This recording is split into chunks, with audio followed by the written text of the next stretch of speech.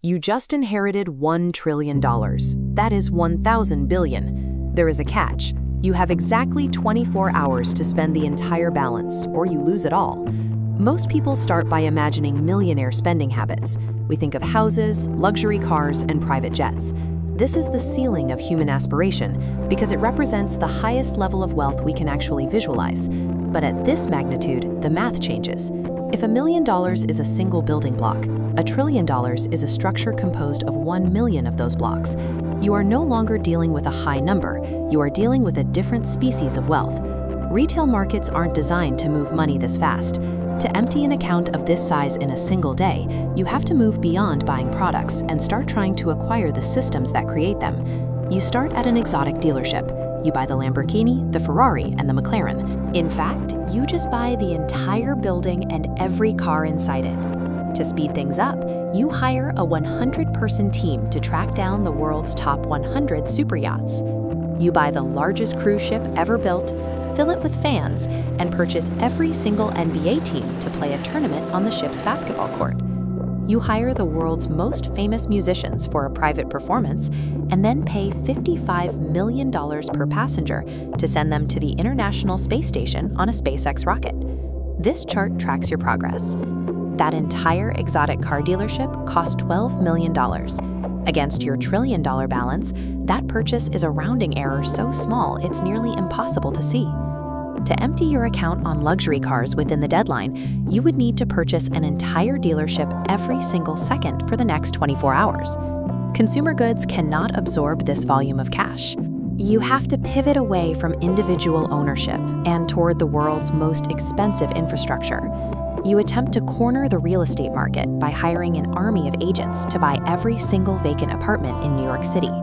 At 33,000 units, plus massive commissions, you're finally starting to move the needle. You buy a Gulfstream G650 for every single day of the year and fly to the Arabian Peninsula. Here, you fund the construction of massive artificial islands and the world's largest structures, paying out over $100 billion to jumpstart the projects. This comparison shows your remaining physical cash stack against the Burj Khalifa. Stacking $1 bills to the very top of that tower accounts for $7.5 million. To reach your remaining balance, the stack would have to be 87,000 times taller than the building, reaching far into outer space. You've bought cities and funded mega projects, but your balance is still overwhelmingly intact. To win this, you have to stop acting like an investor and start acting like a sovereign nation. You try to purchase the island of Greenland for $200 billion.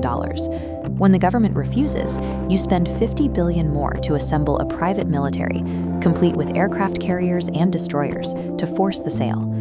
To prevent legal blowback, you spend $7.2 billion to buy the influence of every sitting member of American politics. You then buy every major media company and run a week of global propaganda to manage your public image. In a final sprint, you turn to philanthropy. You spend $2.2 billion to pay off all outstanding medical debt in the US and commit $40 billion annually to the UN to eliminate world hunger. You try to dump the remaining hundreds of billions into a donation to the US government to pay down the national debt. But the official Treasury website, pay.gov, has a hard transaction limit of $1 million. You can't even give the money away fast enough to meet the deadline. Even when buying countries and funding global charity, the global financial system lacks the pipes to move this much liquidity in a single day. The clock stops. Despite owning sports leagues, a private military, and a fleet of jets, you still have $60 billion left in the account. This chart shows the disconnect between your wealth and reality. On the left is the $39,000 median net worth for a young adult. On the right is your account. You earn that entire life's work in passive income every 10th of a second. The final obstacle is the clock itself. To satisfy the requirement to spend everything, your last purchase is a massive legal trust. By transferring the remaining $60 billion into this permanent institution, you have technically spent the balance on a vehicle that exists outside the 24-hour window. You used your wealth to buy the one thing the deadline tried to take away, the time to decide what to do with it.